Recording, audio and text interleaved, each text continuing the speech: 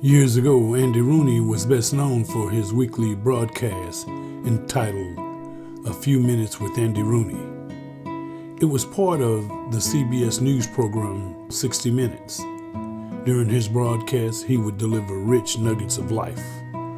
I want to share with you a couple of his nuggets before I share mine. Andy Rooney once said that the best classroom in the world is at the feet of an elderly person. And I agree with him on that. Andy Rooney once said, just one person saying to me, "You've made my day," makes my day. And I agree with that. Andy Rooney once said that no matter how serious your life requires you to be, everyone needs a friend to act goofy with. And I agree with him. Andy Rooney once said that being kind is more important than being right. And I agree with him. Andy Rooney once said that everyone wants to live at the top of the mountain, but all the happiness and growth occurs while you're climbing it. And I agree with that. And finally, Andy Rooney once said that we should be glad that God doesn't give us everything that we ask for. And I agree with him on that. Well, thank you for this final opportunity to speak to you today. I want you to know that I have no regrets. My time with you has been planned, laid out, and not an accident. You are valuable. Sometimes misunderstood, but I must tell you that and remind you that you are valuable. We all have misunderstood values. I really feel that I could teach for another 20 years. It seemed that I've been granted unlimited energy.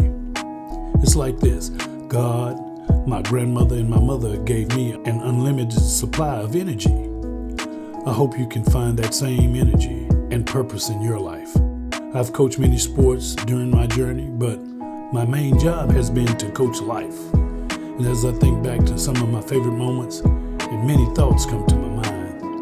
But I want to tell you, I believe a teacher's purpose should be to teach life's lessons within the academic study that will enhance the student's life personally.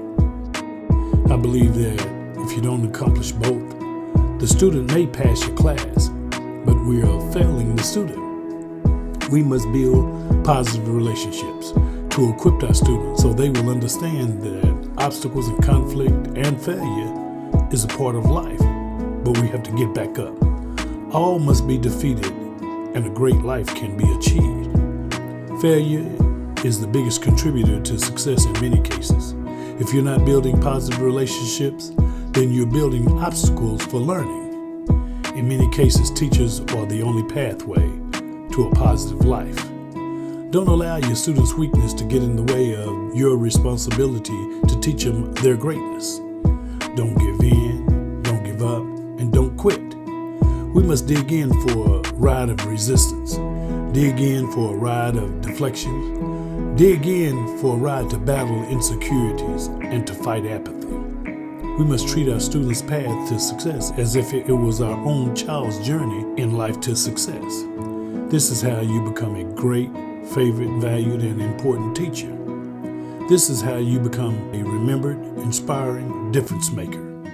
I ask that the teachers listening today become difference makers. Teach to be remembered. Don't be remembered for not teaching. My grandmother told me a long time ago, even before I could see, she told me what I would become. And I'm so grateful.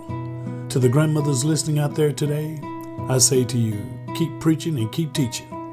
Keep teaching the vision, the plan that God has planted in you to convey to others. Time is valuable. Time really flies, but memories are forever.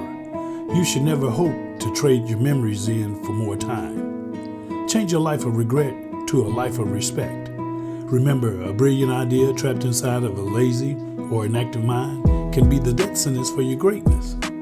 Well, I want to remind you that you're not responsible for your parents' burdens. Don't judge them. Fix yourself. Use your opportunity to touch the world. The worst feeling I ever had in my life was to see my mother cry. To be raised by a single parent has a significant effect on you. Mothers and grandmothers become your only safe base. They protect your insecurities, your fears, your confidence, and they pray for your safety. Their prayers got me through some trying times. Sometimes you just have to hold on and just survive the trying times. My mother did this in the most fascinating way. I could never hold my head down or let go of the rope. She held on because of us. If you can't make a positive change for yourself, then you should be able to make a positive change for someone you love and you respect. For me, it was my mother and my grandmother, my aunties and uncles. I want to remind you, don't wallow in your personal tragedies.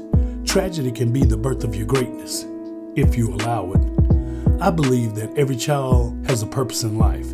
The purpose of the child may be yours to fulfill or his or hers to accept. Question: are you afraid of not fulfilling or not serving your purpose? Someone may be waiting on you to save them. Someone may be searching for you today because God has sent them on their purposeful mission to find you, hug you, and to save you from yourself. You may be someone that's turning a blind eye to your rescuer. The word insignificant should forever be removed from the English language. Everyone matters. Unfortunate beds make brilliant heads. You may feel victimized. You may not have had a perfect father or mother growing up, but I want to tell you, your kids can have one. Your kids can have a better one. Or maybe someone was missing. Find a hero in your world and then become a hero in their world. I must admit that sometimes it's difficult to get students to rise up and meet standards. Sometimes it's impossible to get someone to meet your standards. But I want to remind you, sometimes success can still occur if we can just get them to leave theirs. It's not always about you. And to the young coaches out there listening, getting a new start, be yourself, do what's right, follow your own, not someone else's heart and heart. And always remember, physical and emotional stability both go hand in hand. But physical greatness with an emotional scar develops a dangerous man. You see, coaches are entrusted with family jewels intact. The jewels should be returned without a permanent crack. Do your job with care, compassion, and integrity. The most important thing I ever read was a student sitting in the desk. And as I think back to the students going to school, remember, you're not